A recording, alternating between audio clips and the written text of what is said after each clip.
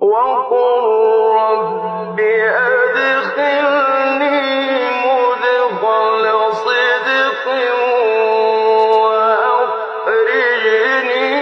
مخرج صدق واجعل لي من لدنك سلطانا نصيرا.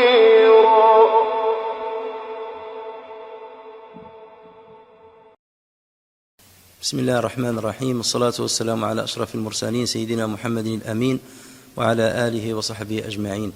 اللهم اجعل القرآن ربيع قلوبنا وجلاء همنا وذهاب أحزاننا. اللهم ذكرنا منه ما نسينا وعلمنا منه ما جهلنا وارزقنا تلاوته آناء الليل وأطراف النهار. Chers frères, nous allons commencer aujourd'hui le commentaire de Surat Al-Inshiqaq. C'est une sourate qui est mécoise et qui, à l'instar des sourates mécoises, va parler beaucoup de la foi en Allah Azza wa Jal, de l'au-delà, du jugement et de la soumission à Allah Tabaraka wa Ta'ala.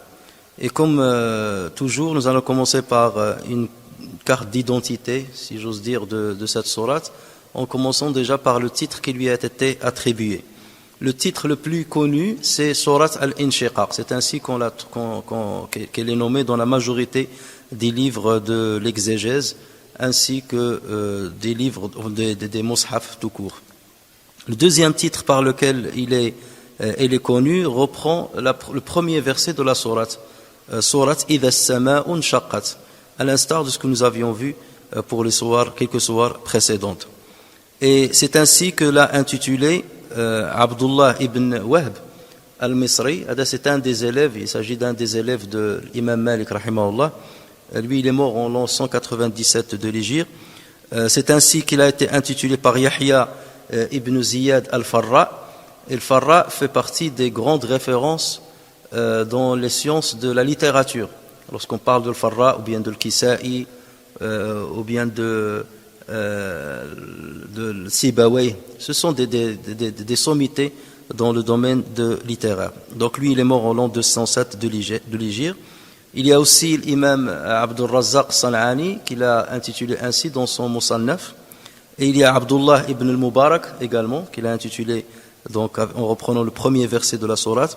Et même l'imam al-Bukhari dans son Sahih, dans le Kitab Tafsir, lorsqu'il va aborder sourate par sourate et voir ce qui a été dit à propos des sourates du Coran. Donc cette sourate, il l'a reprise sous le titre Idha as-sama'u inshaqqat. Et ceci parce que ces savants se basent sur un hadith rapporté par l'imam Malik rahimahullah dans son Muwatta sur Abu Salama, qui dit que Abu Hurayra radiyallahu anhu avait récité dans une prière collective qu'il a dirigée, il a récité Idha as-sama'u inshaqqat. Et donc dans le récit là, on a repris la totalité du premier verset. Donc Abu Hurayra radiyallahu anhu a récité dans une prière collective Idha as-sama'u inshaqqat, et puis il s'est prosterné au cours de la lecture, et lorsqu'il a terminé, il a informé que le prophète sallallahu alayhi wa sallam s'est prosterné lors de sa récitation. Alors on verra peut-être la prochaine fois, Inch'Allah, pourquoi certains savants ont divergé sur le fait de se prosterner à la fin de cette sourate, alors que d'autres considèrent, et se sont basés sur ce hadith-là, et considèrent qu'il y a lieu de se prosterner. Le troisième titre par lequel elle fut connue, c'est Surat Inshaqqat. Et ce titre-là reprend le dernier mot du premier verset, Idha as-sama'u inshaqqat. Donc il reprend seulement le dernier terme. Et ce titre a été rapporté par l'imam Sakhawi ainsi que par Ibn Hajar al-Asqalani rahimahumullah. Le quatrième titre par lequel elle fut connue aussi, c'est sourate, et moins connue que les autres, mais par sourate Ash-Shafaq. Sourate Shafaq. Et là, ça reprend le sermon qu'a fait Allah Azza wa Jalla au verset 6. Fala uqsimu bish-shafaq. Non, je jure par le crépuscule. Et donc ils ont repris ce sermon-là, qui est au milieu de la sourate, et ils l'ont mis en guise de titre. C'est le verset 16 plutôt que 6, le verset 16. Ensuite, le dernier titre qu'on lui a attribué, c'est sourate al-Kadh. Et ceci en référence au verset dans lequel Allah Azza wa Jalla dit Ya ayyuhal insanu innaka kadihun ila rabbika kadha. Donc tu es en train de fournir l'effort en allant vers ton Seigneur. Le kadh, c'est la fourniture d'un grand effort qui occasionne de la fatigue. Et donc ça a été intitulé avec le kadh, surat al-kadh. Et c'est comme ça donc que l'imam As-Sam'ani, c'est un imam qui est shafi'ite, l'a intitulé, qui est mort en l'an de 499 de l'Hégire. Et il y a même certains qui, lorsqu'ils ont façonné des poésies pour faciliter l'assimilation des noms des suwar, ils l'ont intitulé Surat al-Kadh. Alors la majorité des savants a subdivisé cette sourate en 27 versets, en 25 versets. C'est ce que d'ailleurs vous allez trouver dans la majorité des masahif qu'on a entre les mains. Mais par contre, les imams basrites de le Basra, ainsi que les imams de Sham, ils l'ont subdivisé seulement en 23 versets. Ça veut dire qu'ils ont fusionné deux paires de versets en un seul. C'est ce qui a diminué de 25 versets à 23 versets. Et il s'agit du verset 7 et 8. فَأَمَّا الْإِنسَانُ إِذَا فَأَمَّا مَنْ أُوتِيَ كِتَابَهُ بِيَمِينِهِ. Donc là c'est un verset, verset 7. فَسَوْفَ يُحَاسَبُ حِسَابًا يَسِيرًا. Ça c'est le verset 8. Il y a certains qui ont considéré tout ceci en un seul verset. Pourquoi? Parce que le sens est complet. Celui qui reçoit le livre par sa main droite, il sera jugé avec un jugement facile. Donc tout ceci, ils l'ont rassemblé en un seul verset. Et pareil pour les versets qui vont suivre, le verset 10 et 11. وَأَمَّا مَنْ أُوتِيَ كِتَابَهُ وَرَاءَ ظَهْرِهِ. Certains s'arrêtent là pour dire c'est un verset. فَسَوْفَ يَدْعُو ثُبُورًا. Donc ça c'est la suite, un autre verset. Et certains ont fusionné entre les deux. وَأَمَّا مَنْ أُوتِيَ كِتَابَهُ وَرَاءَ ظَهْرِهِ فَسَوْفَ يَدْعُو ثُبُورًا. Et c'est là où ils mettent al-fasila. Et donc voilà pourquoi donc le nombre va diminuer à 23 versets. Pourquoi? Parce que le prophète sallallahu alayhi wa sallam n'avait pas l'habitude de donner les détails à ce niveau-là, de dire par exemple au scribe vous arrêtez là, vous arrêtez là, vous arrêtez là. Donc c'est selon la lecture du prophète sallallahu alayhi wa sallam. Si parfois il va s'arrêter à ce niveau-là, les savants ils vont dire, les compagnons ils vont dire ça c'est la fin du verset. Ou même plus tard, donc c'est pour cela que ça reste une affaire qui revient à l'ijtihad de certains savants. Voilà pourquoi on trouve des divergences dans à peu près plus de 70 sourates sur les 114, où il y a des divergences sur le nombre de versets sous lesquels on a subdivisé la sourate. Alors c'est la 83e sourate à être révélée dans l'ordre chronologique bien entendu. Elle fut révélée juste après sourate al-Infitar et juste avant sourate al-Rum. Sourate al-Rum, il a été révélé donc à la Mecque, puisque Allah Azza wa Jal a fait référence aux Romains qui allaient triompher des Byzantins dans quelques années. Et ça, cet événement-là, l'événement de la défaite des Romains devant les Byzantins, était arrivé pendant que les musulmans étaient encore à la Mecque. Et comme cette sourate a été révélée avant sourate al-Rum, donc ceci prouve, et donc sans aucun doute, que c'est une sourate qui est mécoise. Et il n'y a pas de mérite particulier à réciter cette sourate, et d'ailleurs on le voit avec la majorité des sourates, à part bien entendu les hasanats qu'on reçoit lorsqu'on récite chaque lettre de la sourate. Par contre, il y a un hadith rapporté par l'imam Ahmed ainsi que Tirmidhi et Tabarani sur Abdullah ibn Omar radiyallahu anhuma, qui dit que le prophète sallallahu alayhi wa sallam a dit من سره أن ينظر إلى يوم القيامة كأنه رأي عين فليقرأ إذا الشمس كورت وإذا السماء انفطرت وإذا السماء انشقت. Celui qui souhaite voir le jour de résurrection comme s'il était présent, comme s'il y était présent, qu'il récite Surat إذا الشمس كورت ainsi que Surat إذا السماء انفطرت ainsi que Surat إذا السماء انشقت. Et donc vous voyez que le prophète sallallahu alayhi wa sallam, le titre qu'il a donné à cette sourate, il a repris tout le premier verset.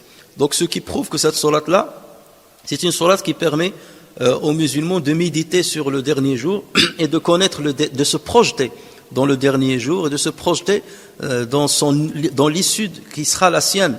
Soit il recevra le livre de sa main droite, soit malheureusement il recevra son livre derrière son dos. D'où l'importance de réciter souvent cette sourate pour se rappeler de l'au-delà. Alors commençons par le premier verset. إِذَا السَّمَاءُ انشَقَّتْ, quand le ciel se déchirera, ou bien se fondra. L'inshiqaq, ça veut dire la fissure, ou bien la déchirure.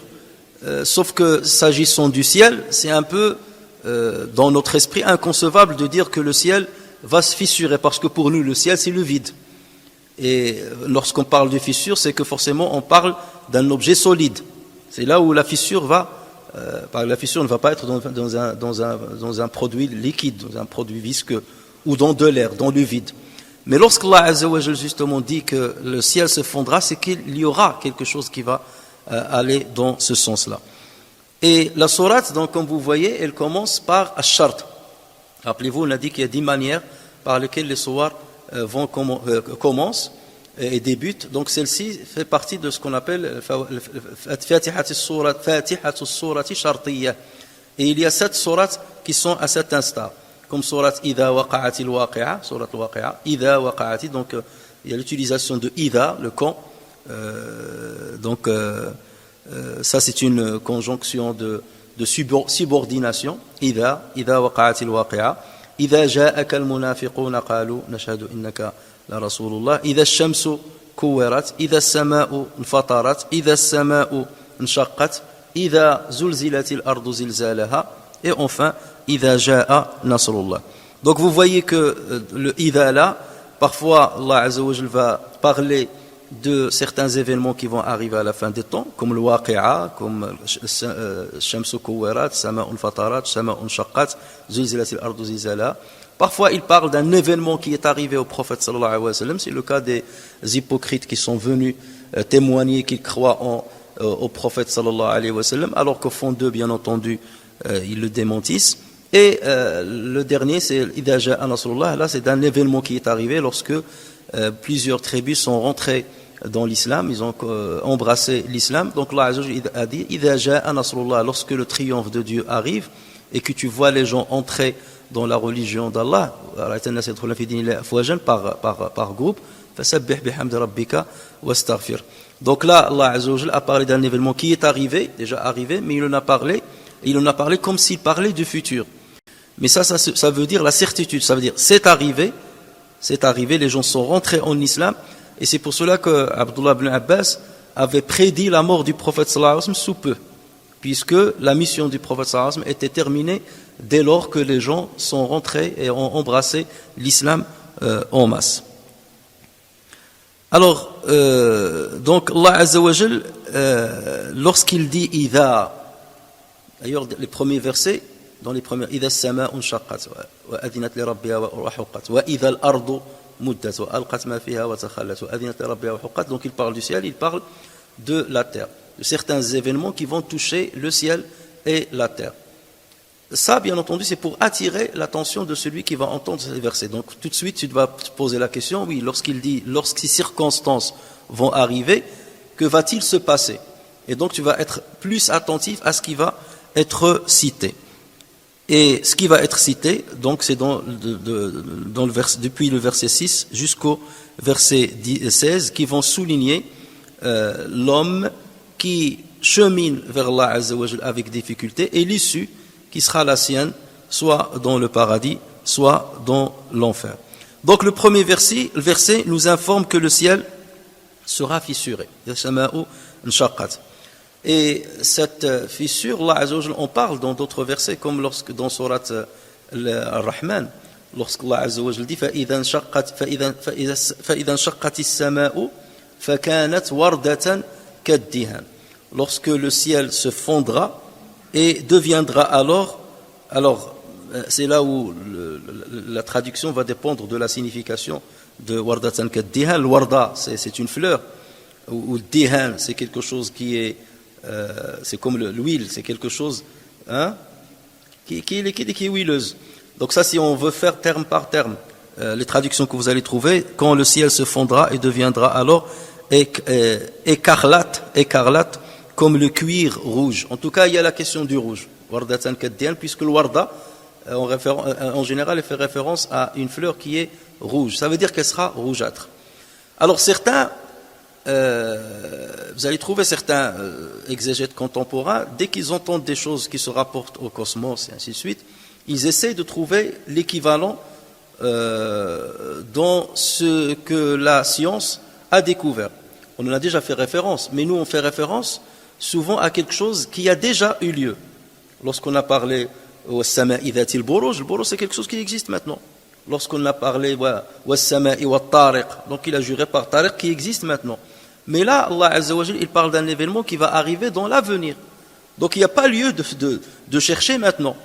Pourquoi? Parce que vous allez trouver certains qui vont dire la NASA a pris une photo de certaines étoiles lorsqu'il arrive à la phase finale de leur disparition et lorsqu'elles éclatent, elles vont dégager un certain rayonnement rouge.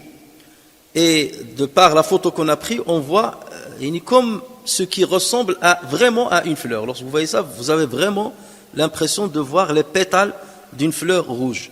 Alors tout de suite, ils disent, regardez, c'est exactement ce qu'Allah Azza wa Jalla dit. Or, il n'y a pas lieu de faire la comparaison. Pourquoi? Parce que déjà, Allah Azza wa Jalla, ici, il parle du ciel. Le ciel qui va fondre. D'accord? فَإِذَا انشَقَّتِ السَّمَاءُ فَكَانَتْ وَرْدَةً كَالدِّهَانِ. Et là, il parle bien entendu de l'avenir. Et les photos qu'on a prises, ce sont des photos d'astres qui actuellement ont disparu et qui ont laissé cette image dans le ciel. Donc ce n'est pas du ciel en entier. Donc ce qu'il faut comprendre, c'est que le ciel va changer ses spécificités, va changer les caractéristiques qu'il a aujourd'hui, les caractéristiques qu'on a pris l'habitude de voir. L'harmonie qu'on a pris l'habitude de voir dans le ciel va disparaître. Et pourquoi Allah a parlé de la fissure? Parce qu'Allah dans le Coran lui-même nous dit qu'il a fait de sorte que le ciel soit comme une toiture. Allah Azza wa Jalla dit وَجَعَلْنَا السَّمَاءَ سَقْفًا مَحْفُوظًا. Nous avons fait du ciel un toit protégé. Et lorsqu'on dit un toit, le toit en général c'est une construction dure qui va empêcher bien entendu que ce qui est plus haut tombe. Et ça on a vu justement que le ciel protège les êtres humains de plusieurs choses. On l'a vu lorsqu'on a parlé des constellations et ainsi de suite. Et on a parlé du ciel que ça représente un bouclier qui nous protège. Et d'ailleurs maintenant ce bouclier lorsqu'il a été percé à cause de la trou d'ozone, donc vous voyez les conséquences que cela peut avoir. Donc c'est bel et bien une construction, même si on n'a pas l'impression visuellement qu'elle soit solide, mais elle l'est. Et le solide, ce n'est pas forcément quelque chose qui ne se transperce pas par le doigt ou par le regard. Elle dit c'est une autre notion. Comment il est solide, ce n'est pas la solidité que nous connaissons aujourd'hui, mais le ciel en tout état de cause, c'est comme une construction, c'est comme si tu as pris un toit qui va être construit de bois, de briques et de plusieurs éléments. Le ciel est rempli de plusieurs éléments. Le ciel, vous allez trouver l'azote, vous allez trouver le CO2, vous allez trouver donc des molécules, vous allez trouver des astres, vous allez trouver des planètes, vous allez trouver des satellites. Tout ça, c'est comme des éléments qui constituent cette construction. Donc, c'est comme si elle était solide. Et le fait de parler de la fissuration de cette construction, ça veut dire qu'il y aura une dégradation de cette construction, une transformation de cette construction. Et elle ne va pas rester avec l'harmonie qu'Allah Azza wa Jal lui a donnée tant que l'être humain est sur cette terre. Donc ce bouclier-là va quelque part être touché et il va fissurer. C'est à cela que Allah Azza wa Jal fait référence. Et d'ailleurs, ceci on le retrouve dans plusieurs sourates, lorsqu'Allah Azza wa Jal va prendre élément par élément de cette construction-là, et il va nous montrer qu'elle va changer. D'ailleurs, et on verra ce que ça veut dire. Donc voici un élément de cette construction qui va subir une transformation. D'accord? Donc là, il va parler des étoiles. Donc elles aussi, les étoiles, vont subir une transformation. Lorsque les montagnes vont disparaître, bouger et disparaître. Donc tout cela, toute cette harmonie qu'on a pris l'habitude de voir, va quelque part subir une transformation, annonçant l'arrivée de la fin des temps et l'arrivée de la résurrection. Les océans aussi, ils vont changer, on verra ça. Donc qu'il s'agisse de la terre ou du ciel, tous les éléments vont changer et donc la terre ne sera pas, le ciel ne sera pas comme il est et même la terre ne sera pas comme elle est, comme on le verra. Donc وأذنت لربها وحقت وأذنت لربها وحقت. Alors pour ceux les arabophones d'aujourd'hui, lorsqu'on adhina se dit aujourd'hui généralement de quelqu'un qui a autorisé quelqu'un d'entrer. Ista'dhantu, ça veut dire j'ai demandé l'autorisation à quelqu'un pour entrer. Fa'adhina li, et il m'a autorisé à entrer. Mais ce n'est pas le sens qu'il faut prendre dans ce verset-là. Adhinat, donc elle vient d'un terme figé qu'on appelle l'udhun. Adhina, c'est un verbe. Adhina vient du mot figé al-udhun. Et l'udhun, ça veut dire quoi? Ça veut dire l'oreille. Ça veut dire l'oreille. Donc adhina, ça veut dire il a tendu l'oreille. C'est ça. Donc il est extrait de ce terme-là. Ça veut dire tendre l'oreille. Wa adhinat li rabbiha. Ça veut dire que le ciel a écouté l'ordre de son Seigneur. Et c'est pour ça que dans les traductions, vous allez voir, est obéi à son Seigneur. Donc adhinat, ça veut dire elle a tendu l'oreille. Et tendre l'oreille à l'ordre d'Allah Azza wa Jalla, ça veut dire qu'elle va obéir à l'ordre qu'il va lui donner. Donc Allah Azza wa Jalla est en train de nous dire ce ciel avec son immensité et avec la complexité de sa structure et de ses éléments va se soumettre à l'ordre d'Allah Azza wa Jalla. Lorsqu'Allah Azza wa Jalla va lui dire il faut que tu te fissures, il va se fissurer. Parce que c'est le même Dieu, c'est le même Seigneur qui lui a donné dès le départ l'ordre de respecter certaines règles physiques, certaines règles mathématiques et ainsi de suite pour qu'il soit harmonieux.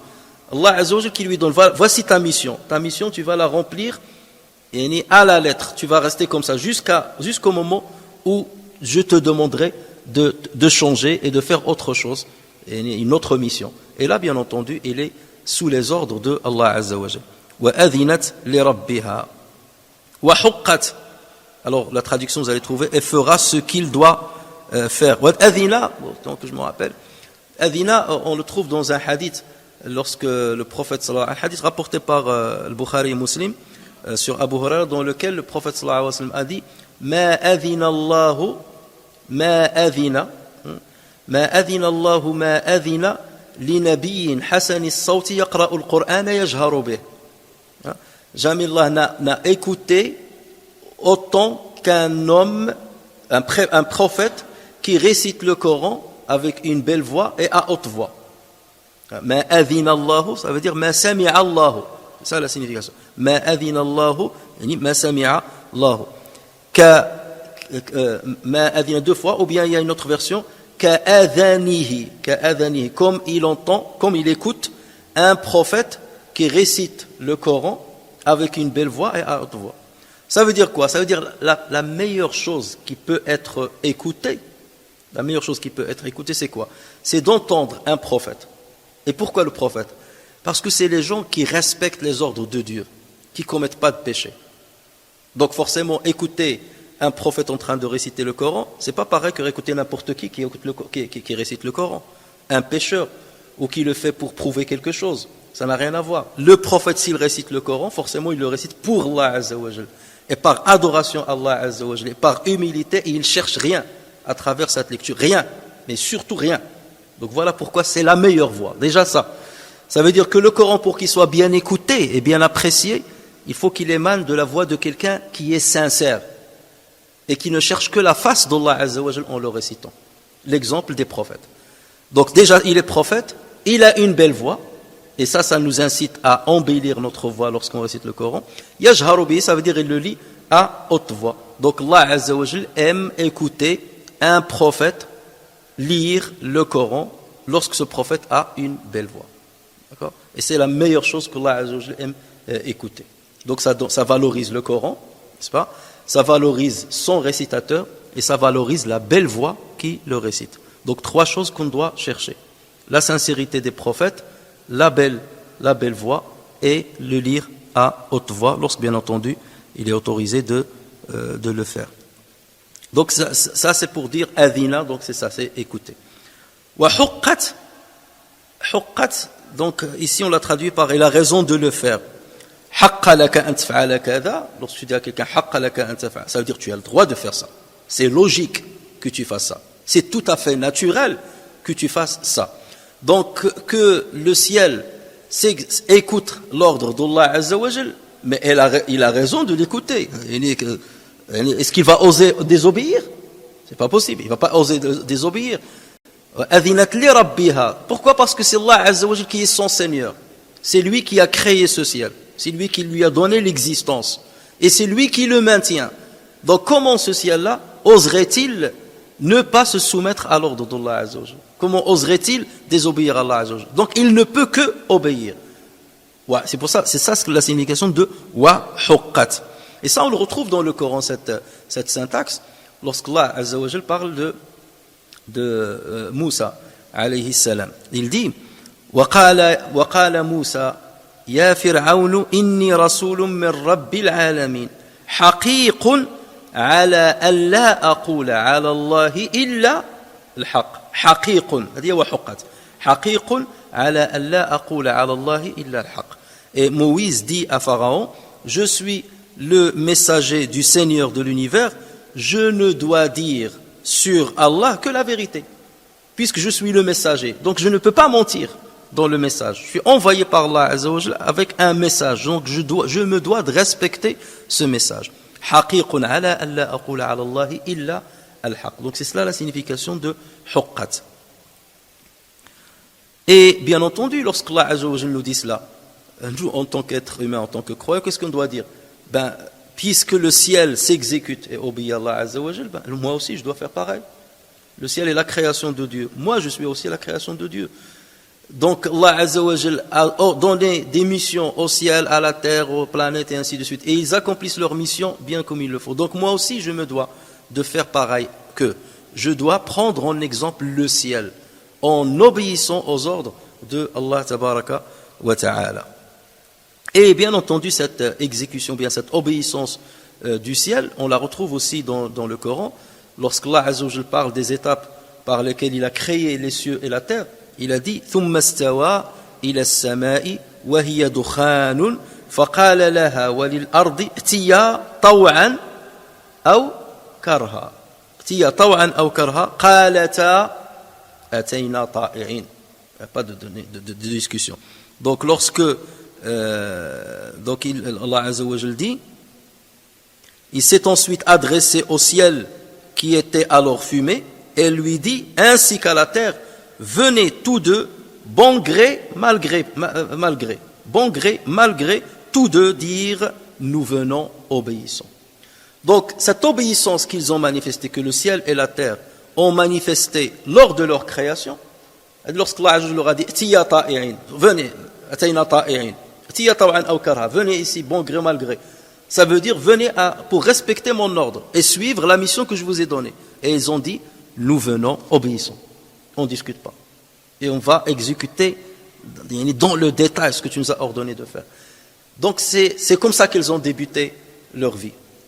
Et c'est avec cette obéissance qu'ils vont achever leur vie. Lorsqu'il leur dira, Nshaqi, donc fissure-toi, fends-toi. Donc là, il va, il écoutera l'ordre de Dieu, et il se doit de le faire parce qu'il a toujours été obéissant depuis le début jusqu'à la fin. وإذا الأرض مدت وألقت ما فيها وتخلت وأذنت لربها وحقت. Et quand la terre sera nivelée, donc al-muddat, on va la traduction, nivelée, et qu'elle rejettera ce qui est en son sein et se videra, وتخلت, et qu'elle obéira à son Seigneur et fera ce qu'elle doit faire. وأذنت لربها وحقت. Donc vous voyez que cette fois-ci aussi, il a repris la même phrase qui a été dite à propos du ciel, a été dite à propos de la terre. C'est normal. Donc la terre et le ciel et la terre obéissent à Allah Azza wa Jal. Donc c'est pour cela que la phrase a été répétée. Et ça montre c'est une rhétorique qui est très belle, bien entendu, pour montrer que les deux sont sous les ordres de Allah Tabaraka wa Ta'ala. Wa idha al-ardu muddat, al-mad. Al-mad en arabe peut avoir deux significations. La première signification, c'est le fait d'être nivelé. Et c'est la traduction qui a été, c'est le sens qui a été pris dans la traduction que vous avez. C'est le fait d'être nivelé, ça veut dire que dans la terre, il n'y aura plus ni montagne, ni dépression. La terre sera nivelée, donc elle sera droite. Pas de montagne, ni aucune dépression. Donc ça c'est le premier sens. Et ce sens, on le trouve dans le Coran, d'ailleurs assez souvent, lorsqu'Allah Azza wa Jalla, par exemple, il parle de l'jibal. وَيَسْأَلُونَكَ عَنِ الْجِبَالِ فَقُلْ يَنْسِفُهَا رَبِّي نَسْفًا فَيَذَرُهَا قَاعًا صَفْصَفًا لَا تَرَى فِيهَا عِوَجًا وَلَا أَمْتًا. Et il t'interroge au sujet des montagnes, dit, mon Seigneur les dispersera comme la poussière. Il les laissera comme une plaine dénudée, c'est-à-dire il laissera la terre sur laquelle ces montagnes étaient ancrées, il la laissera donc comme une plaine dénudée dans laquelle tu ne verras ni turtuosité, ni dépression. Pas turtuosité vers le haut, ni monticule, ni dépression, ni falaise, ni rien du tout. Tout sera droit. Donc ce sens-là est valide puisqu'on le retrouve dans le Coran. Et d'ailleurs, c'est le sens qui a été donné par Ibn Abbas et Ibn Mas'ud, entre autres, qui ont dit « Inna Allah ta'ala yabsutuha yawm al-qiyamati bast al-adim » Allah Azza wa Jal étendra ou bien, la terre comme on étale la peau. L'adim c'est la peau. L'adim c'est la peau. Ça veut dire si tu prends la peau, à quoi ils font référence? Si tu prends l'adim, ça veut dire la peau d'un animal. Et tu vas voir, cette peau va épouser la forme de l'animal. Il y a des hauteurs, il y a des inclinaisons, ainsi de suite. Il va épouser sa tête, il va épouser sa cage thoracique. D'accord? Et tu enlèves la peau et tu l'étales par terre. Donc là, il n'y a plus d'accord? Il n'y a plus les reliefs que cette peau épousait auparavant. Donc c'est cela. C'est comme ça que deviendra la terre. Donc c'est comme si tu l'as enlevé de tout ce qu'il a épousé, comme les montagnes, il suivait les montagnes ou il suivait les descentes, et dans ce cas-là, il va être étalé comme on étale la peau d'un animal après l'avoir dépecé. Donc ça c'est le premier sens, et qui est valide. Le deuxième sens de madda, ça veut dire étaler. Étaler. Tu prends par exemple de la pâte et tu l'étales. Ça muddouha, ça veut dire tu l'étales. Ça veut dire que sa surface va augmenter. Et selon ce sens, qu'est-ce qu'on peut comprendre? Ça veut dire que la croûte terrestre ne va pas rester comme elle était. Ça veut dire qu'elle va s'allonger. Elle va devenir beaucoup plus grande. Sa surface va devenir beaucoup plus grande qu'est-ce qu'elle ne l'est aujourd'hui. Et ça, c'est un peu logique. Pourquoi? Parce qu'on sait par ailleurs, dans d'autres sourates, qu'il y aura le tremblement de terre,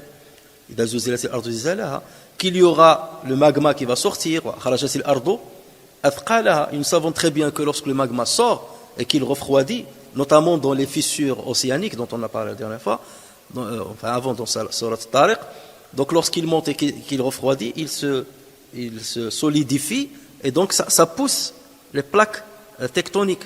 D'accord, les plaques terrestres, ça les pousse, donc ça augmente la surface.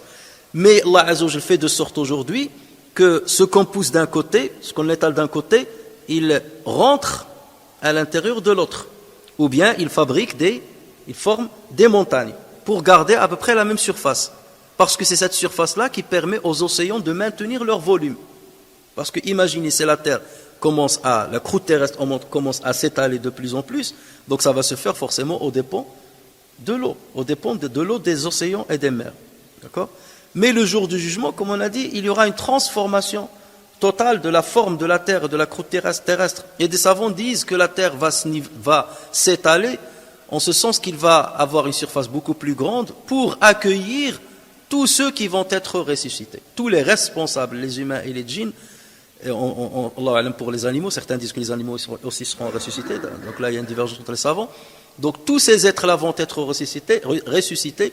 Donc il faut bien que la terre soit là pour les accueillir. Et donc cette terre, sa surface, depuis le début de l'être humain jusqu'à sa fin, depuis d'ailleurs le début des djinns jusqu'à la fin de dernier être humain, donc forcément on aurait besoin d'une surface beaucoup plus grande pour accueillir tout ce monde. Et d'ailleurs cette transformation-là, Allah Azza wa Jalla en parle dans le Coran lorsqu'il dit « Yawma tubaddalu al-ardu ghayra al-ardi was-samawat wa barazu lillahi al-wahid al-qahhar » Le jour où la terre sera remplacée par une autre.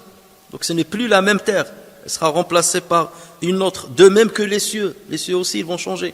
Le jour où la terre sera remplacée par une autre, de même que les cieux, et où les hommes comparaîtront devant Allah, l'unique et le dominateur suprême.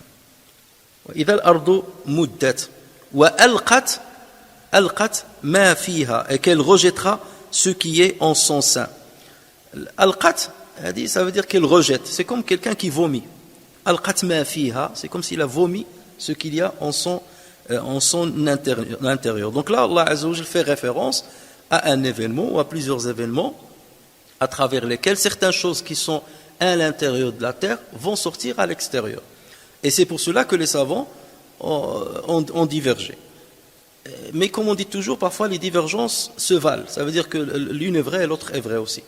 Donc pour certains, ce que la terre va rejeter, ce sont les corps qui sont dans les tombes. Puisque dès que quelqu'un décède, donc on l'enterre. D'accord ? Même lorsqu'on l'incinère, de toute façon on va le mettre dans une boîte, le reste on va le jeter dans la terre. En tout cas, il est dans la terre, il va rester dans la terre avec la sédimentation et tout. Donc il va se retrouver à l'intérieur de la terre. Donc, al-qat ma fiha, ça veut dire elle va rejeter ce qu'il y a en son sein parmi les corps humains. Ou du moins ce qui reste de ces corps humains. Allah Azza wa Jalla va les ressusciter et on sait très bien qu'ils seront ressuscités à l'instar, en suivant des étapes à l'instar d'une semence sur laquelle une goutte de pluie tombe et la semence va faire pousser une flore bien particulière, un arbre ou bien une petite végétation ou de l'herbe. C'est comme ça que l'être humain va être ressuscité. Il y a une pluie, il y a quelque chose qui ressemble à la pluie, certains disent qu'il ressemble au sperme de l'être humain qui va tomber dans le sol, et après chaque fois que ces gouttes-là toucheront ce qui reste du corps humain, de la semence-là, elle va pousser, et cette semence se trouve dans le coccyx, et donc l'être humain va pousser et sortir vers l'extérieur. Et d'ailleurs, ceci, on le trouve dans le Coran. أَفَلَا يَعْلَمُ إِذَا بُعْثِرَ مَا فِي الْقُبُورِ. Ne sait-il pas que lorsque ce qui est dans les tombes sera bouleversé, ça veut dire sera sorti. وَإِذَا الْقُبُورُ بُعْثِرَتْ. Lorsque les tombes seront bouleversées. Lorsque la Jul dit يَخْرُجُونَ مِنَ الْأَجْدَاثِ كَأَنَّهُمْ جَرَادٌ مُنْتَشِرٌ. Ils sortiront des tombes comme des sauterelles éparpillées. Donc imagine, tout le monde va sortir. C'est la terre entière est remplie de morts. C'est pas que les cimetières. Hein. Autrefois, on n'avait pas des cimetières aussi organisés qu'aujourd'hui. Donc imagine le nombre de tombes qu'il y a sur cette terre-là et les êtres humains qui vont pousser et d'un seul coup qui vont sortir vers l'extérieur. Donc c'est comme si la terre est en train de vomir, de rejeter à l'extérieur ce qu'il y avait en son sein. Donc ça, c'est la première signification qui a été donnée par les exégètes. La deuxième signification, c'est lorsque la terre sortira ce qu'il y a dans son intérieur. Ça veut dire en dessous de la croûte terrestre. Et nous savons très bien aujourd'hui qu'en dessous de la croûte terrestre, qu'est-ce qu'il y a ? Il y a les magmas. Et comment on le sait ? C'est à travers les volcans. Donc vous voyez ce liquide visqueux qui va sortir des cratères des volcans, ou bien qui va sortir de certaines grandes fissures océaniques à l'intérieur des mers. Donc ça aussi c'est une explication qui se vaut et qui est vraie. Pourquoi ? Parce que par ailleurs Allah Azza wa Jal dit وَأَخْرَجَتِ الْأَرْضُ أَثْقَالَهَا. Lorsque la terre sortira ses lourdeurs. On a déjà expliqué ce verset-là lorsqu'on a commenté sur la Zalzala. L'Athqal, en général ça fait référence, parce que thiq ça veut dire la lourdeur, et la lourdeur c'est pour faire référence à la masse du magma qui est une masse très lourde par rapport à la masse d'une pierre simple.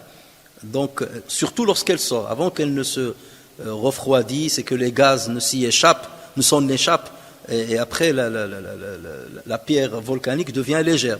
Mais au départ, elle est très dense, d'accord ? Avant qu'elle ne se refroidisse. Donc c'est ça l'Athqal. Ou bien lorsqu'Allah Azza wa Jal, comme on le verra dans Surat Takwir, وَإِذَا الْبِحَارُ سُجِّرَتْ. Lorsque les océans vont s'enflammer avec le feu. Ça fait référence à quoi ? Ça fait référence peut-être à ce magma qui va sortir de l'intérieur de la croûte terrestre dans les mers. Et les mers, on va les voir allumées partout avec le feu. Et il y a maintenant des endroits où, bien entendu, le magma sort dans la mer et on voit du feu qui sort de l'eau. Il y a un combat entre l'eau et le feu qui sort de l'intérieur de ces endroits. Donc, ألقت ما فيها وتخلت. تخلت, ça veut dire أصبحت خالية. Il est devenu vide. Hein? Al-khulou. Khulou, ça veut dire vider. C'est comme ceux qui vendent la clé d'IL. Comment on appelle ça, le commerce? Lorsque vous vendez la clé d'IL, hein? Le pas de porte. Hein? Le pas de porte,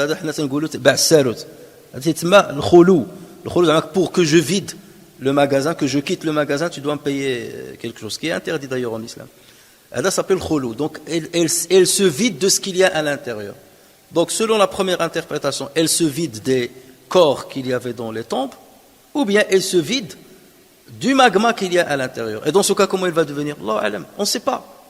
Peut-être que la Terre qui était sphérique, la planète Terre qui était sphérique, peut-être qu'elle va devenir seulement étalée cette fois-ci. Parce que justement, le magma, c'est lui qui permettait justement d'avoir une Terre avec cette forme sphérique pour avoir l'attraction terrestre et ainsi de suite, donc pour qu'elle serve l'être humain dans sa vie.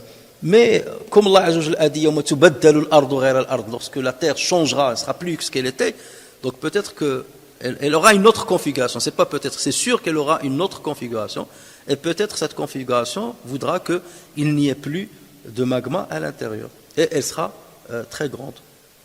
Et si cette terre devrait accueillir le paradis, devrait accueillir l'enfer, alors là, vous imaginez le paradis comment il est grand. Donc dans ce cas aussi, ça peut être ça l'étalement.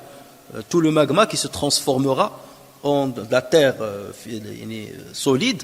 Et imaginez donc la surface qui va devenir celle de la terre, comment il va devenir. En tout cas, ça c'est des projections, c'est des hypothèses, mais en tout cas, ça montre qu'il y a une logique. Qu'il y a une logique derrière les versets. Et Allah Azza wa Jal, bien entendu, il peut créer ce qu'il veut sans le respect des normes et des lois qu'il a mis dans notre vie et faire d'autres lois, bien entendu. C'est d'autres lois qui vont régir la vie de l'au-delà, qu'il s'agisse de la vie des êtres humains ou la vie des demeures qui vont contenir les êtres ou abriter les êtres humains. Donc là, il reprend la même formule qu'il a utilisée pour le ciel. Elle la reprend pour la terre, ça veut dire elle obéira à son Seigneur et elle a le droit de le faire parce qu'il n'a pas le choix, bien entendu. Ensuite, le verset 6, Ya ayyuhal insanu innaka kadihun ila rabbika kadhan famulaqih. Ô homme, toi qui t'efforces vers ton Seigneur sans relâche, tu le rencontreras alors. Alors, pour plusieurs exégètes, ils disent que ce verset-là, le verset 6, c'est la réponse de la condition de circonstance qui a été circonstancielle qui a été citée au départ. Idha, Idha adatu shart. Shart, c'est lorsqu'arrivera ça et ça, ça, que va-t-il se passer? Quelle est la réponse? Que va-t-il se passer? Donc certains ils disent, lorsqu'il y aura tout ça, lorsque le ciel se transformera selon ce qui a été dit, la terre se transformera selon ce qui a été dit, ô toi l'homme, tu vas rencontrer ton Seigneur. Ô toi l'homme, lorsque ces choses arriveront, tu vas rencontrer ton Seigneur. Mais après, on va dire, mais pourquoi Allah a dit innaka kadihun ila rabbika kadhan. Kadihun, c'est ism al-fa'il. Ça prouve la continuité et le présent. Ça veut dire tu es en train justement d'avancer vers ton Seigneur. Tas'a ila rabbik, tu avances vers ton Seigneur avec difficulté, avec effort et avec fatigue, jusqu'à ce que tu le rencontres. Alors là, dans ce cas, cette partie du verset, innaka kadihun ila rabbika kadhan, jusque-là, ça devient une jumla atiradiyya pour certains savants. Jumla atiradiyya, ça veut dire une interjection. Une interjection. Donc si on l'enlève, le sens ne disparaît pas. إذا سماء انشقت وأذنت لربها وحقت وإذا الأرض مدت وألقت ما فيها وتخلت وأذنت لربها وحقت يا أيها الإنسان إنك ملاق ربك. Oh toi l'être humain, tu vas rencontrer ton Seigneur en ce moment. Donc cette phrase-là, kadihun ila rabbika kadha, c'est une interjection, c'est seulement pour dire que tu es en train d'aller vers lui et tu vas finir par le rencontrer. Et ouais, il te cite que tu es en train d'aller vers lui avec difficulté, parce que n'importe quel être humain trouve de la difficulté dans sa vie mondaine. La vie mondaine est faite de difficultés. C'est une demeure de l'kadh, une demeure de l'effort et de la fatigue. Alors pour d'autres exégètes, ils disent non, c'est pas ça la réponse de la condition qui a été citée au début de cette sourate. La réponse pour eux, c'est le verset 7. فَأَمَّا مَنْ أُوتِيَ كِتَابَهُ بِيَمِينِهِ. Ça veut dire, lorsque le ciel sera ça, ça, ça, et lorsque la terre sera ça, ça, ça, celui qui recevra son livre de la main droite, il sera jugé facilement. Et celui qui recevra, donc c'est ça la réponse. Donc pour ceux qui optent pour ce choix-là, ils disent que tout le verset 6 en entier, c'est une interjection. Donc si tu l'enlèves, le sens ne disparaît pas. Donc vous voyez que ça aussi, c'est logique. C'est ça la réponse à la condition circonstancielle. Et ça, c'est, par exemple, le deuxième avis, c'est l'avis de l'imam al-Kisa'i. L'imam al-Kisa'i, il fait partie aussi des grands spécialistes de l'arabe littéraire. C'est un grand littéraire. Et c'est lui d'ailleurs le maître de l'Farra. C'est lui le cheikh de l'imam al-Farra. Tous sont des... Et parmi eux, vous trouvez des lecteurs, le Qurra. Parce que le Qurra, en général, c'était des gens qui maîtrisaient énormément l'arabe. Et pour maîtriser les lectures coraniques, il faut maîtriser forcément l'arabe. Pour l'imam Zamakhshari, quant à lui, donc lui, il a une autre opinion. Lui, il dit que la réponse à la condition citée au début de la sourate a été occultée. Elle n'a pas été citée. Elle a été occultée. Et pourquoi? Il a dit les tahwil, pour effrayer encore plus. Lorsque par exemple quelqu'un veut te menacer, il va te dire, lorsqu'il y aura ça et ça et ça et ça et ça et ça, que va-t-il arriver? Tu verras. Et il te cache ce qui va arriver. Donc là tu dis, s'il m'a dit ça, c'est qu'il y aura quelque chose de grave qui va arriver. Donc là le fait d'occulter la réponse, c'est pour donner encore plus d'effrayement. Ça c'est l'avis de Zamakhshari, qui est bien entendu une grande référence à ce niveau. On peut le prendre, le même Zamakhshari, vous pouvez le prendre dans tout ce qui se rapporte à la langue, mais vous faites attention dans tout ce qui se rapporte à, pas tout, une partie de ce qui se rapporte à l'aqida, puisque lui, il était mu'tazili. Alors, il y a d'autres savants, comme par exemple Farra, donc l'élève de Kisa'i, lui, il dit que la réponse à la condition a été occultée, mais pas pour apeurer, mais parce qu'elle est évidente. Il dit, et ça on le trouve dans le Coran, il y a beaucoup de fois où Allah Azza wa Jal fait référence à quelque chose, mais il ne la cite pas, parce qu'il est évident dans l'esprit de tout le monde. Donc là, la réponse c'est quoi? C'est-à-dire, vous allez être jugé. Lorsqu'il y aura ça, ça et ça, vous allez être ressuscité, vous allez être jugé. Donc même si la sourate s'arrêtait là, on peut déjà anticiper ce qui va être dit. D'accord? Ou on peut deviner ce qui allait être dit. C'est comme lorsqu'Allah Azza wa Jal dit Inna anzalnahu fi laylati al-qadr. C'est quoi? Qu'est-ce qu'il a descendu dans la laylat al-qadr? Il ne l'a pas cité dans la sourate. Nous l'avons descendu la laylat al-qadr. Et qui te dira ce qu'est la laylat al-qadr? Qu'est-ce qu'il a descendu? Anzalna al-Qur'an. C'est tellement évident qu'il n'y a pas besoin de le citer. Il n'a pas dit Inna anzalna al-Qur'an fi laylati al-qadr. Il a anzalnahu. Donc le pronom revient à un non cité. Le pronom revient à un non cité. Et à nous de le deviner parce qu'il est évident. Donc là aussi, la réponse à shart, elle est évidente et on peut la deviner. Donc pas besoin de s'étaler trop. Par contre, il y a certains qui disent, non, il faut... Vous voyez, ça c'est bien entendu littéraire, qui vont, pour montrer la beauté du Coran et le caractère rhétorique du Coran, ils te disent, non, cette sourate, si tu veux la lire, ou bien ce passage-là, jusqu'au verset 6 ou même plus, il faut le lire à l'envers. Ça veut dire les phrases qui sont venues a posteriori, il faut les mettre au début. Et les phrases qui sont venues au début, il faut les mettre à l'arrière. Hein? Et dans ce cas-là, comment on va lire ce passage-là?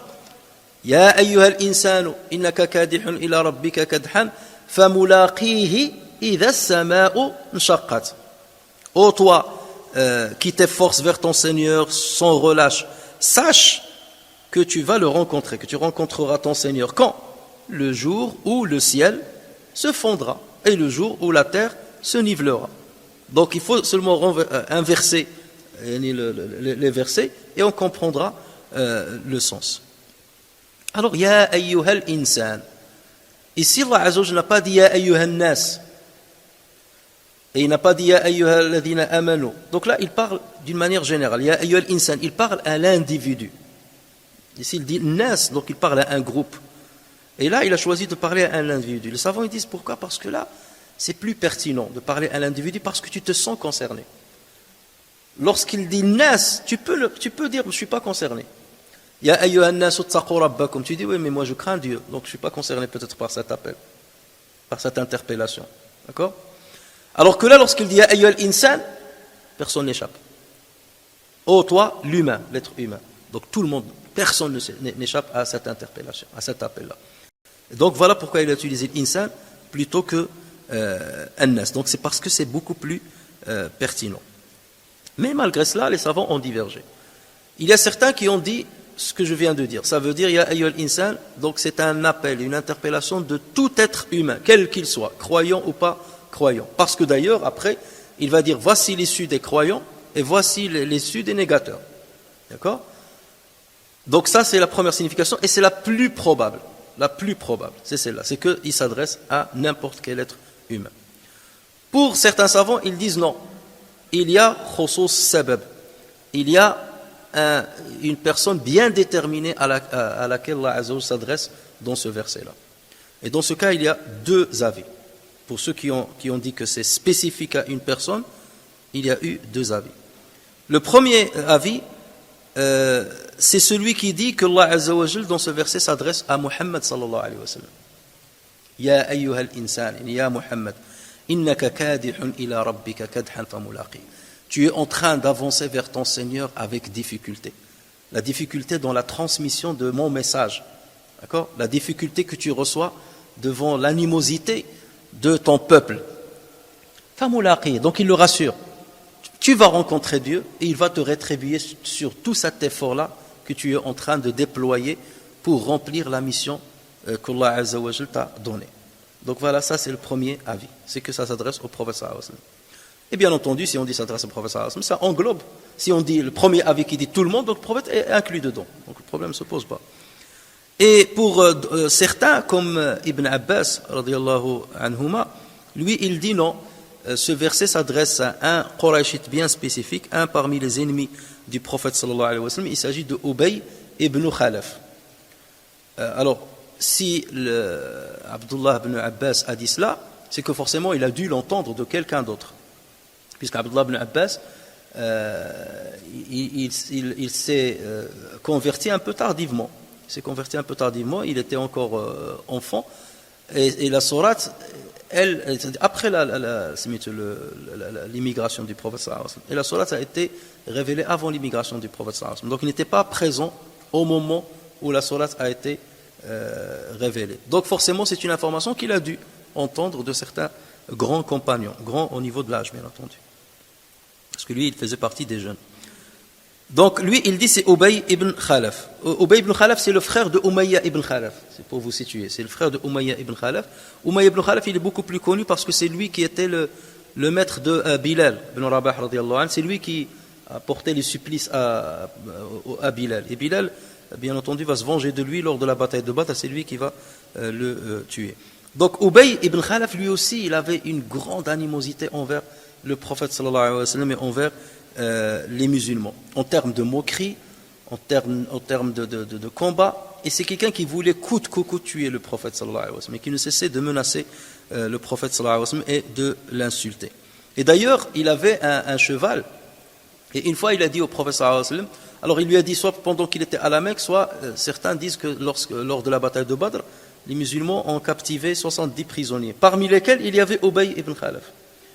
Et lorsque le prophète sallallahu alayhi wa sallam a suivi l'avis de Abu Bakr as-Siddiq qui a dit chacun d'eux donne une rançon et on le libère, ou bien il enseigne l'écriture et la lecture à un musulman et on le libère. Donc Ubay ibn Khalaf faisait partie de ceux qui ont donné une rançon pour être libéré. Et au moment où le prophète sallallahu alayhi wa sallam allait le libérer, il a défié le prophète sallallahu alayhi wa sallam. Il lui a dit à Mohammed, sache que j'ai un cheval et je suis en train de le nourrir avec l'orge, sha'ir, ce qui coûte cher à l'époque. Je le nourris avec de l'orge et je le prépare pour te tuer alors que je serai sur son dos. Il est tué dans un combat et je serai sur le dos de ce cheval dans le combat. Je le prépare pour te tuer. Et le prophète sallallahu alayhi wa sallam lui a répondu, il lui a dit bal ana qatiluka insha'Allah. Il lui a dit c'est plutôt moi qui vais te tuer insha'Allah. À le moment où le prophète sallallahu alayhi wa sallam lui a dit cela. Et Allah Azza wa Jalla a réalisé le vœu du prophète sallallahu alayhi wa sallam. Avant d'y arriver déjà, Hada Ubay ibn Khalaf, on rapporte que, selon certaines versions, c'est lui qui a poussé Uqba ibn Abi Mu'ayt d'apostasier l'islam. Uqba, c'était quelqu'un de sage au départ. Il ne montrait pas d'animosité envers les musulmans et envers le prophète sallallahu alayhi wa sallam au départ. Et c'est quelqu'un qui aimait au départ le prophète sallallahu alayhi wa sallam. Et un jour, il avait invité le prophète sallallahu alayhi wa sallam. Il avait l'habitude d'inviter les gens, et c'était une marque de noblesse que d'inviter les chefs de la tribu. Et donc, parmi lesquels il a invité le prophète sallallahu alayhi wa sallam. Et le prophète sallallahu alayhi wa sallam a refusé. Il lui a dit, je ne viens pas manger chez toi tant que tu ne te convertisses pas à l'islam. Et il a voulu un peu le secouer, parce qu'il savait qu'il l'aimait bien. Donc, il a fini par se convertir à l'islam. Il dit, je me convertis. Et elle vient à l'invitation. Et le prophète sallallahu alayhi wa sallam a répondu à l'invitation. Et pendant ce temps-là, Ubay ibn Khalaf était en voyage. Certains disent que ce n'est pas Ubay ibn Khalaf, donc ça dépend des versions. Mais certaines versions disent que c'est Ubay ibn Khalaf il était l'ami intime de Uqba ibn Abi Mu'ayt. Et lorsqu'il est revenu, il a appris la nouvelle, il est allé voir Uqba ibn Abi Mu'ayt. Il lui a dit, Asabat, as-tu renié la religion de tes ancêtres? Il lui a dit oui. Voilà, parce que Mohammed quand même, c'est quelqu'un d'autre. Et il lui a dit, Wajhi min wajhika haram. Jamais je ne te verrai, jamais je ne te saluerai, jamais je ne te fréquenterai tant que tu ne renies pas cet islam, que tu n'ailles chez le prophète et chez Mohammed et que tu craches sur son visage et que tu renies sa religion devant lui. Et donc l'autre, elle était partagée. Donc même sa conversion ne s'est pas faite sur une conviction profonde, sinon il resterait ferme. C'était seulement pour que le prophète honore son invitation. Et donc il a fini par justement s'exécuter et d'aller faire ce que l'autre a dit au prophète sallallahu alayhi wa sallam. Et Allah Azza wa Jalla a révélé des versets à leur propos, aux deux. Lorsqu'Allah Azza wa Jalla dit وَيَوْمَ يَعَضُّ الظَّالِمُ عَلَى يَدَيْهِ يَقُولُ يَا لَيْتَنِي اتَّخَذْتُ مَعَ الرَّسُولِ سَبِيلًا يَا وَيْلَتَى لَيْتَنِي لَمْ أَتَّخِذْ فُلَانًا خَلِيلًا لَقَدْ أَضَلَّنِي عَنِ الذِّكْرِ بَعْدَ إِذْ جَاءَنِي وَكَانَ الشَّيْطَانُ لِلْإِنسَانِ خَذُولًا. Donc le jour où l'injuste se mordra, et là l'injuste c'est Uqba ibn Abi Mu'ayt, le jour où l'injuste se mordra les deux mains et dira, hélas pour moi, si seulement j'avais suivi le chemin avec le messager. Malheur à moi, hélas, si seulement je n'avais pas pris un tel pour ami. Je n'avais pas pris Ubay ibn Khalaf pour ami. Il m'a en effet égaré loin du rappel, ça veut dire loin du Coran. Il m'a égaré loin du rappel après qu'il me soit parvenu. Et Allah dit, et le diable déserte l'homme après l'avoir tenté. هذا كمثل الشيطان إذ قال للإنسان كفر فلما كفر قال إني بريء منك إني أخاف الله رب العالمين. Donc le diable, le shaitan, il t'écarte du chemin de Dieu, et une fois tu es perdu, il te dit je te connais plus. Donc c'est ça ce qui est quelque part arrivé à cet homme-là. Donc là c'est pour dire que Ubay ibn Khalaf, non seulement donc il n'aimait pas le prophète, mais il empêchait que les autres embrassent l'islam. Il faisait tout pour que les autres n'embrassent pas l'islam.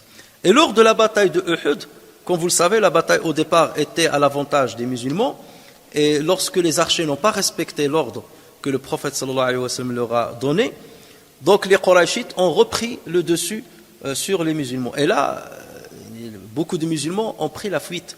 Ils sont montés dans la montagne de Uhud, laissant le prophète sallallahu alayhi wa sallam tout seul, avec seulement quelques compagnons.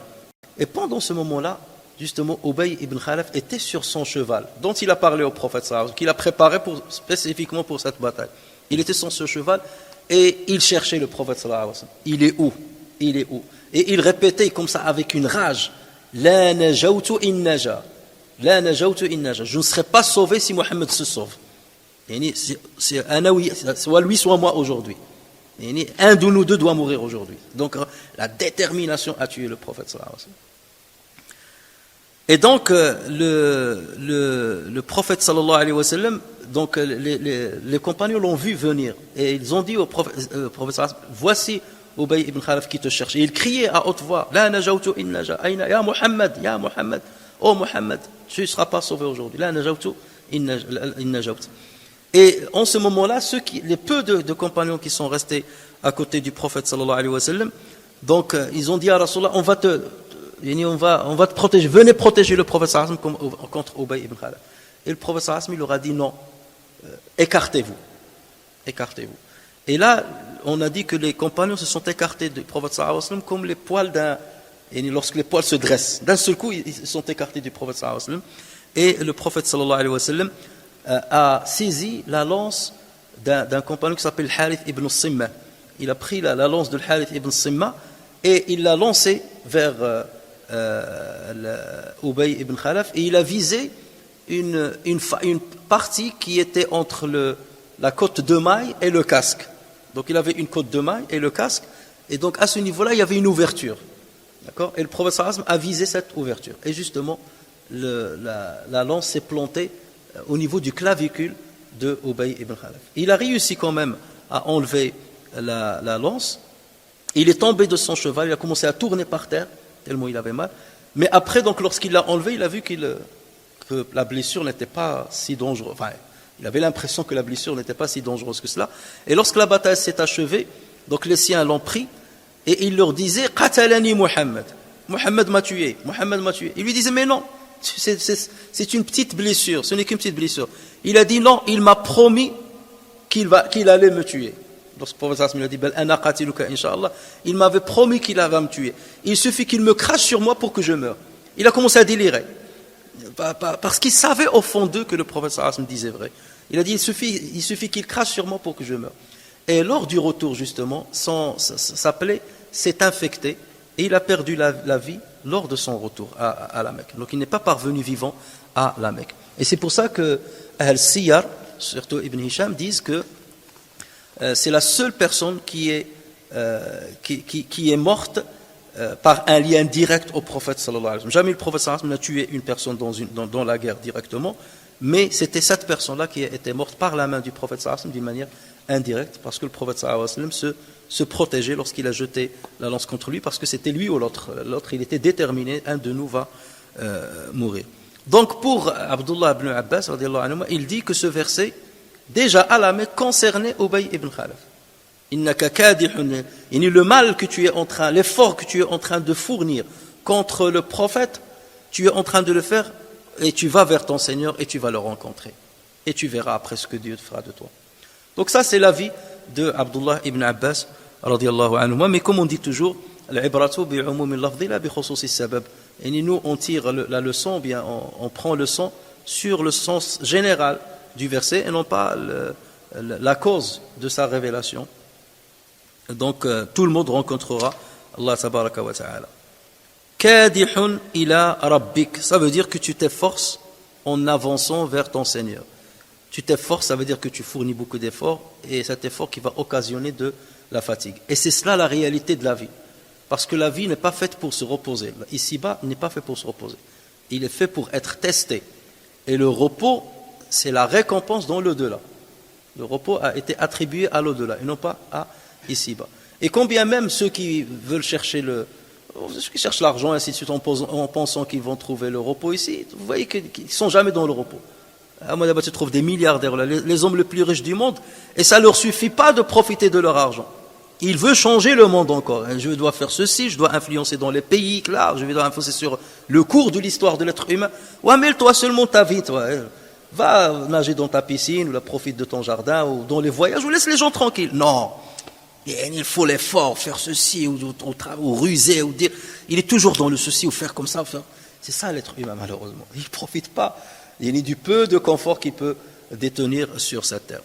Mais le croyant, bien entendu, lorsqu'il s'attache à Allah tabaraka wa ta'ala, il a une sérénité, quelles que soient les difficultés par lesquelles il passe. Mais les difficultés, il y en a. La vie, elle est faite pour la difficulté. C'est pour ça qu'il l'a appelé l'aqaba. Aqaba, c'est-à-dire la montée. Et la vie, c'est une montée qui occasionne de l'effort et de la fatigue. إنك كادح إلى ربك كدحا هذا تسمى مفعول مطلق كدحا فملاقيه et tu le rencontreras ملاقيه le ha là c'est un pronom il revient à qui Allah Azza wa Jal. C'est ce qu'ont dit certains exégètes. Ils ont dit famulaqi, ça veut dire tu le rencontreras. Mulaqi, le pronom là, il revient à Dieu, au Seigneur. Tu t'efforces vers ton Seigneur et tu vas le rencontrer. Pour d'autres, non. Ils disent non, c'est pas ça. Ils reviennent, ils disent al-kadh. Tu es en train de fournir l'effort et tu vas le rencontrer à la fin. Tu vas rencontrer ton effort à la fin. Si ton effort a été déployé pour faire du bien, tu vas trouver ce bien inscrit dans ton livre. Cet effort-là sera inscrit dans ton livre. Parce que lorsque tu fais la prière, tu te réveilles très tôt pour faire la prière, ou tu lis le Coran, où tu apprends la science, où tu jeûnes, tu jeûnes pendant des jours, tout ça c'est un effort.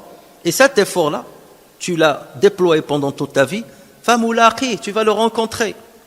Quand? Le jour du jugement, lorsque tu le verras dans ton livre. Et si l'effort, tu le déploies dans le mal, pour faire le mal, donc cet effort-là aussi, tu vas le rencontrer. Famulaqi. Et c'est pour cela que ceux qui ont choisi cette interprétation, ils ont dit, c'est pour ça que Allah, tout de suite après, il a dit فَأَمَّا مَنْ أُوتِيَ كِتَابَهُ, celui qui recevra le livre. Quel livre? Celui dans lequel on va assigner l'effort.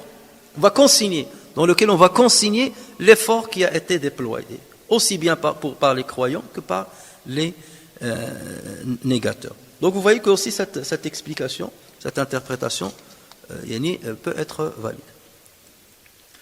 فأما من أوتي كتابه بيمينه فسوف يحاسب حسابا يسيرا وينقلب إلى أهله مسرورا. Celui qui recevra son livre en sa main droite sera soumis à un jugement facile et retournera réjoui auprès de sa famille. Alors donc là, Allah Azza wa Jalla va détailler l'issue du croyant et ensuite l'issue du négateur. Donc là, il parle du livre. De quel livre il parle? Il parle bien entendu du livre dans lequel les anges consignent ce que nous faisons à chaque moment, ce que nous disons à chaque instant. Et parfois même ce que nous pensons. N'oubliez pas, on en a parlé dans l'intention, dans le hadith de Bukhari, qu'il y a certaines intentions sur lesquelles on est jugé. C'est pas toutes les intentions qui ne sont pas jugées que lorsque tu les appliques. Non, il y a des intentions qui sont jugées. Par exemple, le hasad, la jalousie. La jalousie, c'est quelque chose qui se rapporte au cœur. D'accord? Tu jalouses quelqu'un, tu ne lui as pas encore fait du mal, tu le jalouses. Ça, c'est un mal qui sera compté. Tu as de la haine vis-à-vis de quelqu'un, alors qu'il est innocent de cette haine, et ni pour recevoir cette haine, tu es jugé sur cette haine. Même si tu ne lui as pas fait du mal. Donc tu es jugé parfois sur ce qu'il y a dans ton cœur, et l'intention que tu caches dans ton cœur, même si tu ne la traduis pas sous forme d'un acte ou sous forme d'une parole. Attention. Donc là, Allah Azza wa Jalla fait bien entendu référence aux livres qui seront déployés devant nous. Allah Azza wa Jalla dit à ce propos, وَوُضِعَ الْكِتَابِ فَتَرَى الْمُجْرِمِينَ.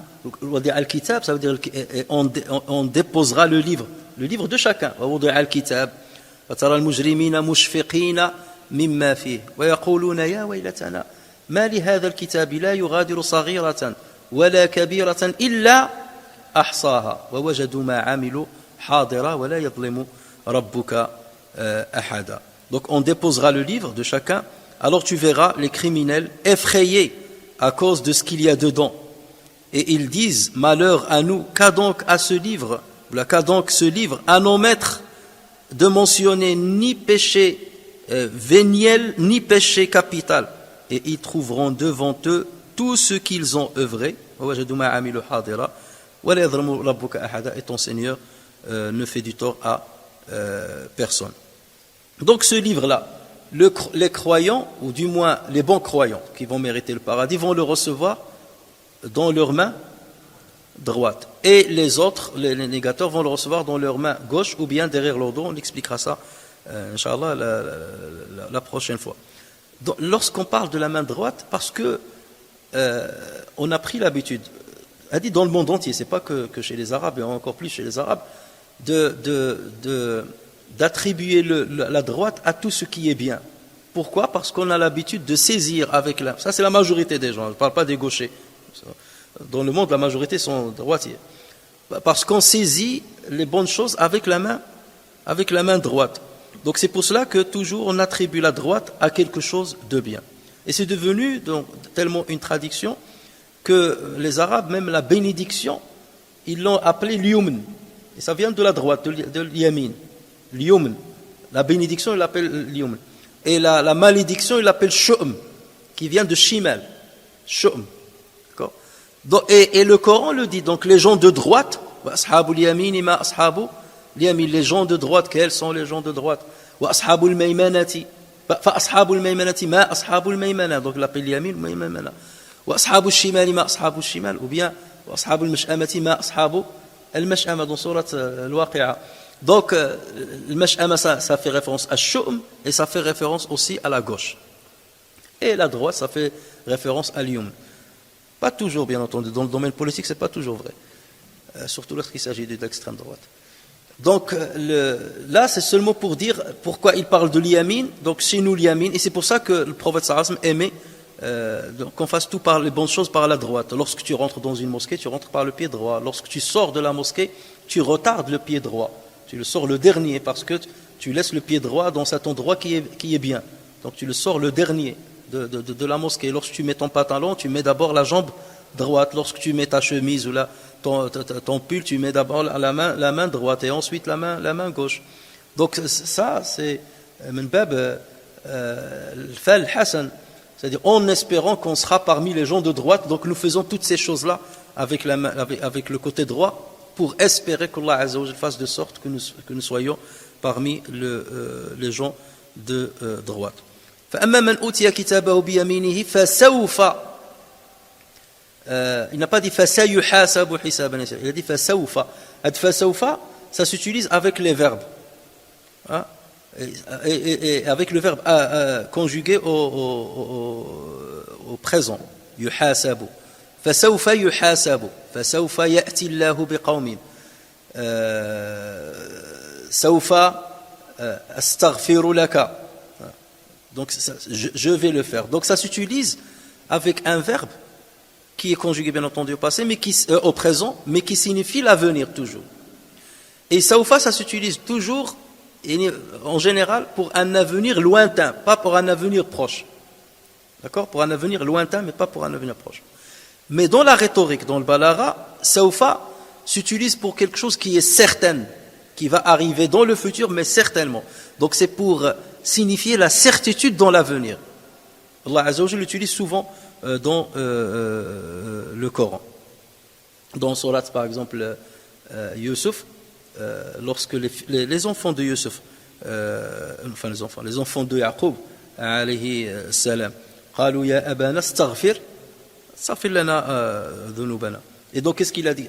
قال إني ولا il a dit قالوا يا أبانا استغفر لنا إن ذنوبنا إن كنا خاطئين.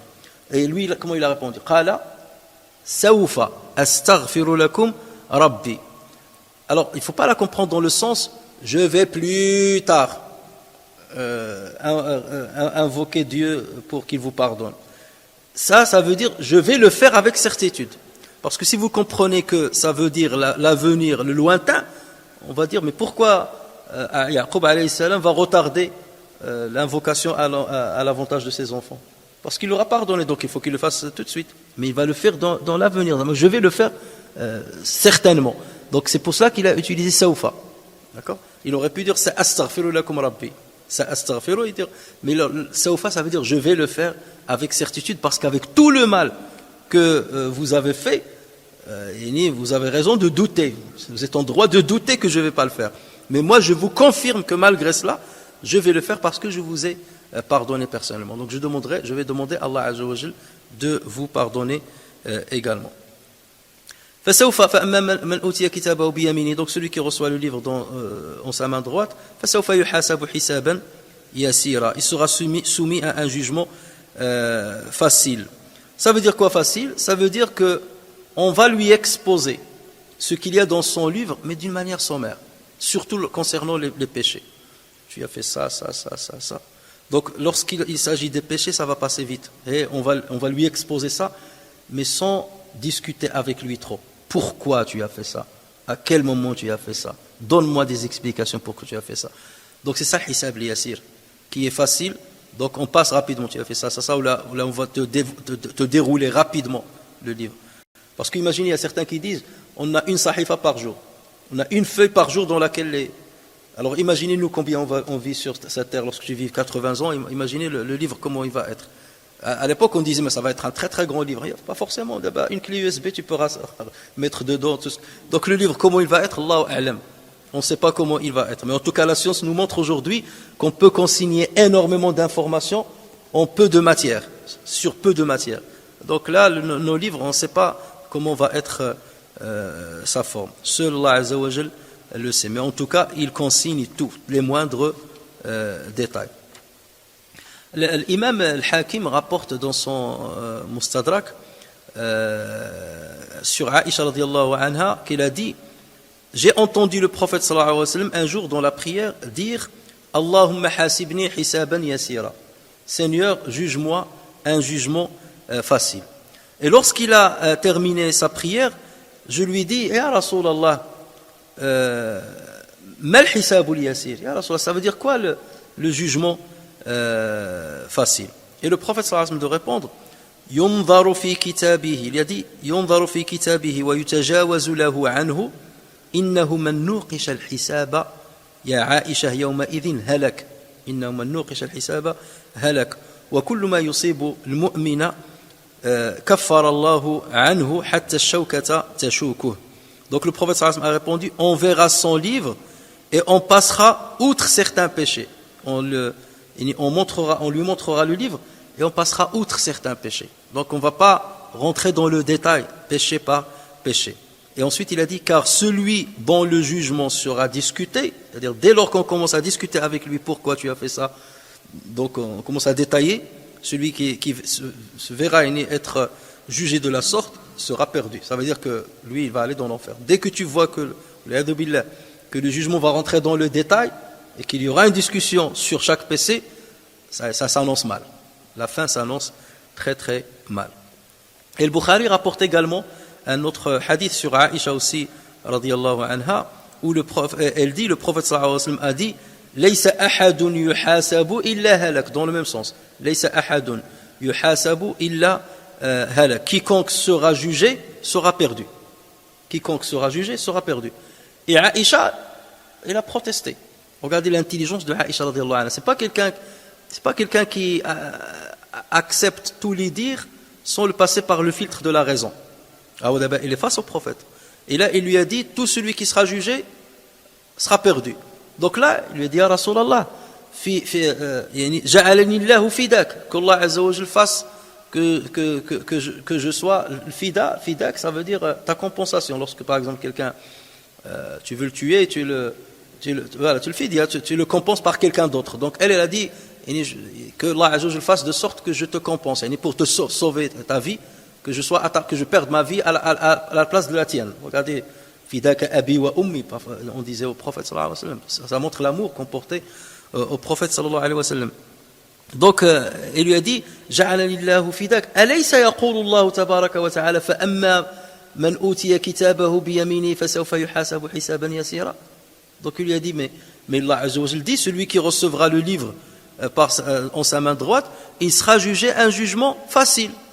Et toi tu as dit: celui qui sera jugé sera perdu. Donc là il y a une contradiction entre ce que tu viens de me dire et le verset coranique. Ça vous montre déjà la présence d'esprit de Aïcha, c'est qu'elle maîtrisait le Coran. Parce que là tu entends quelque chose comme ça, tu vas pas passer, et le filtre, et tout de suite le filtre est arrivé. Ça veut dire qu'elle a médité sur le Coran, qu'elle a imaginé une conception bien particulière du jugement, comment il va se passer et tout, à travers ce qu'elle connaissait du Coran. Et dès que le prophète sallallahu alayhi wa sallam lui a donné une information qui dans son apparence va à l'opposé de ce qu'elle a compris, tout de suite elle a argumenté avec le verset. Mais le verset dit ça. Et ça lui arrivait souvent à Aïcha radiyallahu anha de contester certaines paroles, soit sur le prophète sallallahu alayhi wa sallam, après le prophète lui explique la signification, soit sur certains compagnons qui ont rapporté sur le prophète sallallahu alayhi wa sallam certaines paroles. Comme ceux qui disent la parole c'est le défunt, c'est lorsque la famille d'un défunt le pleure, lui il sera châtié. Il a dit: mais pourquoi pourquoi il sera châtié alors que c'est pas son péché? Donc c'est là où les savants vont donner des interprétations qui concordent avec l'esprit de ce verset. Il dit: si jamais il ne les a pas conseillés ou il ne les a pas bien éduqués pour qu'ils ne pleurent pas d'une certaine manière. Là on parle bien entendu des pleurs, les lamentations à haute voix ou déchirer les vêtements, c'est pas le pleur seulement avec les larmes. Donc, et le prophète sallallahu alayhi wa sallam, il lui a répondu. Donc le prophète sallallahu alayhi wa sallam, tout de suite il lui a répondu. Ça veut dire que le prophète sallallahu alayhi wa sallam, il savait ce qu'il disait. C'est pas, il s'est trompé ou quoi que ce soit. Dès qu'il lui a cité le verset, il lui a dit: Dhaka al-ardu yu'radun. Ce verset fait référence à l'exposition des péchés. On va leur exposer. فسوف يحاسب حسابا يسيرا, ça veut dire on va lui exposer son livre d'une manière facile. Ce n'est pas le hisab avec difficulté, ça veut dire c'est pas le hisab avec péché par péché. Donc le verset fait référence à cela, et moi je fais référence à autre chose. Moi je parle de celui qui va être discuté, on va dire, avec qui il y aura les anges ou Dieu engagera une discussion avec lui concernant ses péchés un par un. Donc il lui a dit donc ce qui est décrit dans ce verset consiste en une simple présentation du livre des comptes. Mais celui à qui les comptes seront pris avec discussion, celui-là sera perdu. Donc c'est pas la même chose. Donc voilà à quoi je fais allusion. On va s'arrêter là, Inch'Allah, de sorte qu'on termine la suite, Inch'Allah, la prochaine fois. اللهم صل وسلم وبارك على سيدنا محمد وعلى آله وصحبه وسلم تسليما كثيرا إلى يوم الدين. اللهم صل عليه في الأولين وصل عليه في الآخرين وصل عليه في الملأ الأعلى إلى يوم الدين. اللهم علمنا ما ينفعنا وانفعنا بما علمتنا وزدنا علما يا أرحم الراحمين. اللهم جملنا بالقرآن يا أرحم الراحمين واجعلنا من أهله يا أكرم الأكرمين. سبحانك اللهم وبحمدك نشهد أن لا إله إلا أنت نستغفرك ونتوب إليك. سبحان ربك رب العزة عما يصفون وسلام على المرسلين والحمد لله رب العالمين.